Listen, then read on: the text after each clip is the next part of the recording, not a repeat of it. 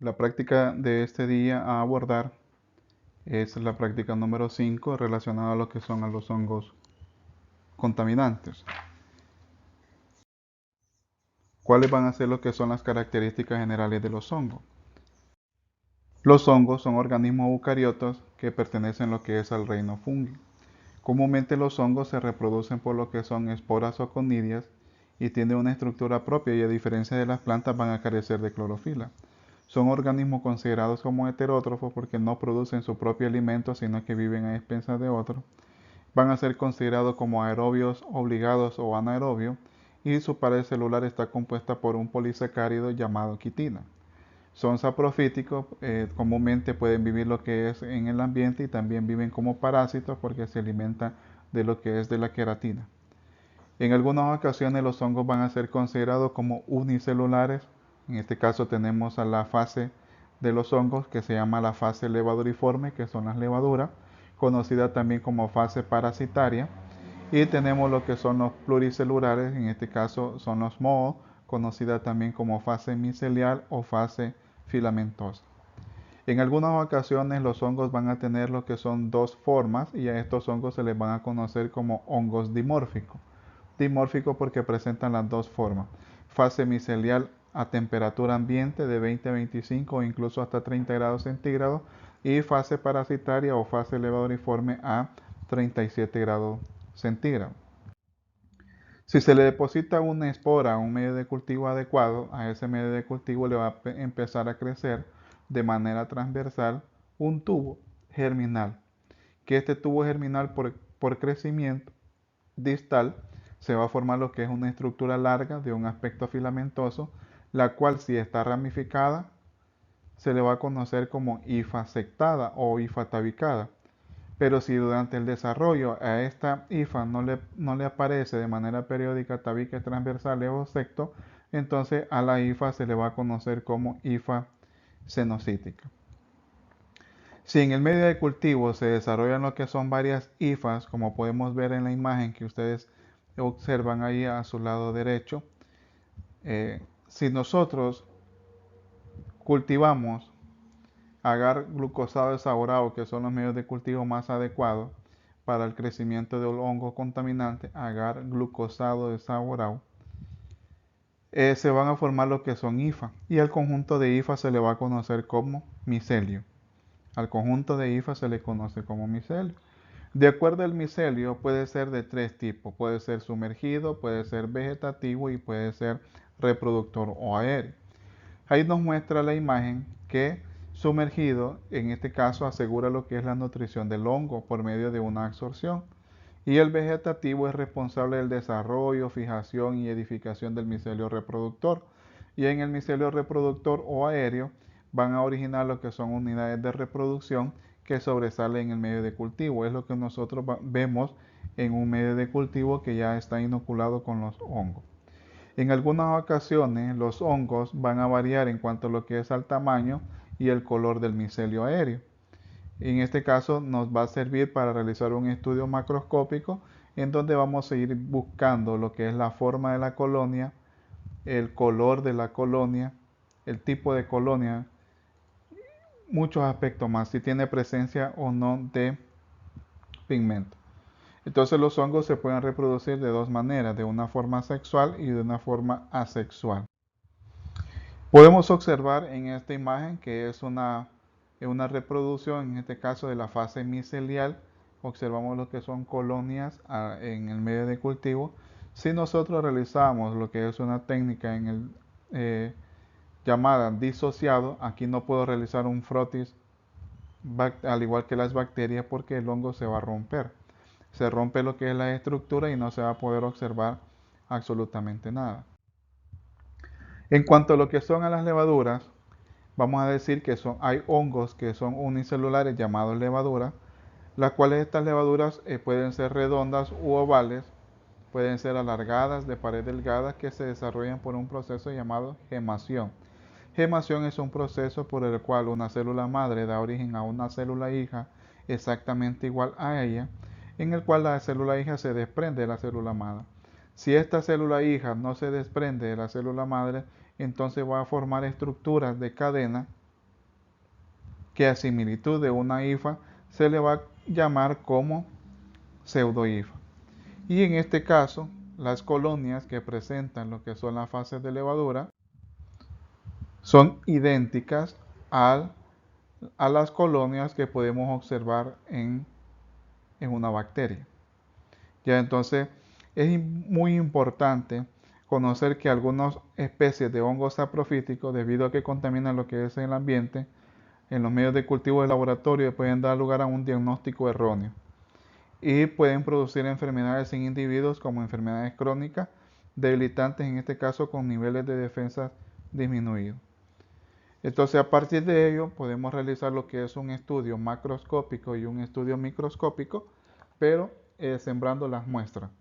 Ya sembrando diferentes muestras, en este caso si son hongos contaminantes, podemos utilizar muestras del suelo, del aire, del agua, podemos utilizar también alimentos, muestras de animales y muestras de seres humanos también, para poder identificar el hongo que posiblemente esté produciendo una lesión.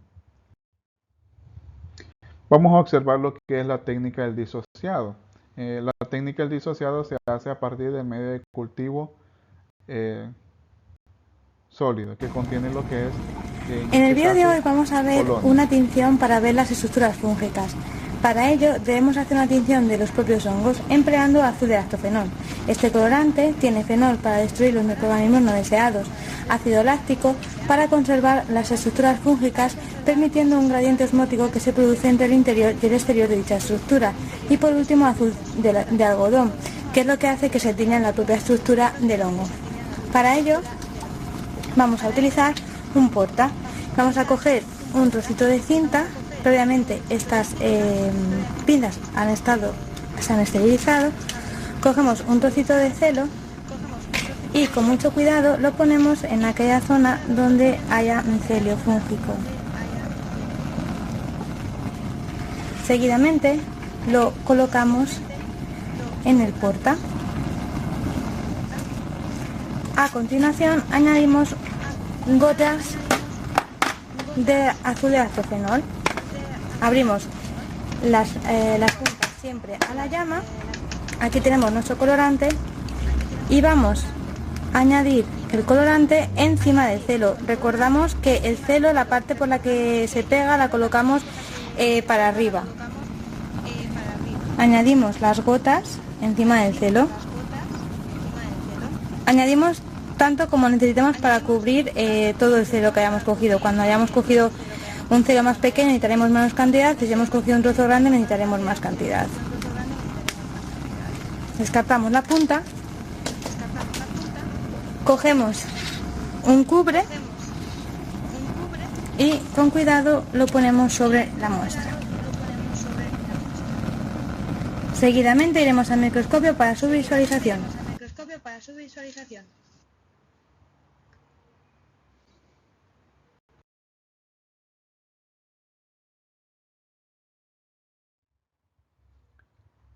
La técnica que se ha utilizado y pudimos observar lo que es el video es la técnica del disociado.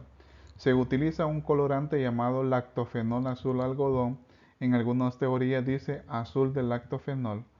Es un reactivo, bueno, viene siendo lo que es un colorante utilizado en lo que es en la fase micelial.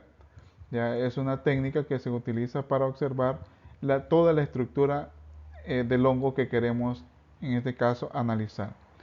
¿Cuáles van a ser los hongos contaminantes que se van a estudiar? Tenemos lo que es a Penicillium sp. Penicillium sp hay varias especies. Tenemos Penicillium notatum, roqueforti, camemberti, y son especies de Penicillium que en algunas ocasiones ha servido para la producción de un antibiótico de amplio espectro llamado penicilina.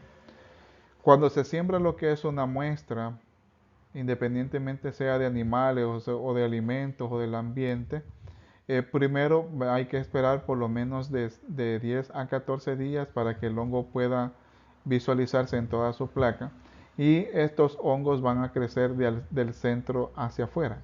Solamente se coloca en el centro de la placa lo que es la muestra y va a crecer. A ese medio de cultivo que sea, bueno, el medio de cultivo en la que se ha sembrado se llama agar glucosado de Saborau.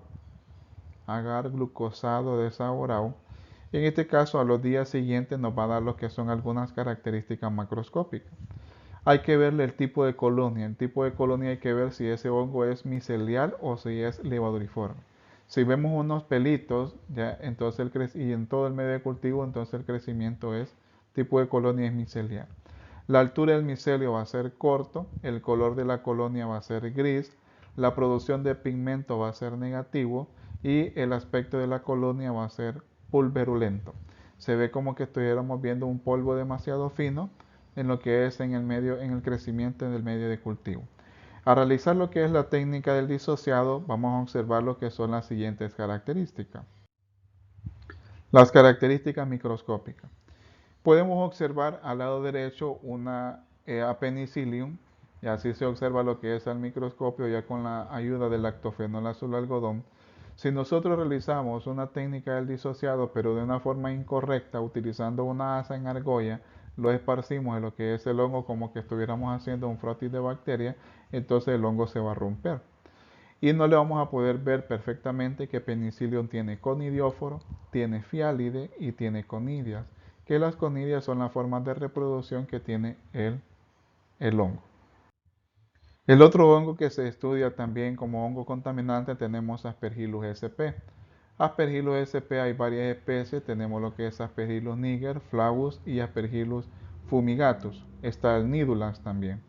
Pero acá podemos observar el Aspergillus niger, que en este caso las características macroscópicas, el tipo de colonia va a ser micelial, la altura del micelio es corto, el color de la colonia es negro azabache y en la producción del pigmento se observa al reverso de la placa de Petri. En este caso el aspecto de la colonia también va a ser lo que es parecido al anterior, pero primero viene siendo pulverulento, pero al final se convierte en aterciopelado. Si realizamos lo que es la técnica del disociado, al realizar lo que es esta técnica, las características microscópicas son las siguientes. Vamos a observar que tiene conidia, fiálides, vesícula y conidióforo. ¿Cuál es la diferencia con respecto a Penicillium? Es que Penicillium no tiene vesícula y Aspergillus tiene lo que es vesícula. Penicillium no la tiene. Entonces, dependiendo del tipo de especie que estamos hablando, la conidia puede ser de un color a otro. En el caso tenemos ahí dos colores, se han utilizado lactofenol azul algodón en las dos preparaciones, pero en una observamos de color negro. En este caso Aspergillus niger es de color negro. El otro hongo contaminante que tenemos es Rhizopus sp, también sembrado en un medio de cultivo llamado agar glucosado de Saborau. Las características macroscópicas nos va a dar el tipo de colonia que es micelial, la altura del micelio es alto, el color de la colonia es blanco con puntos negros, producción de pigmento que se observa al reverso de la placa está negativo y el aspecto de la colonia es algodonoso.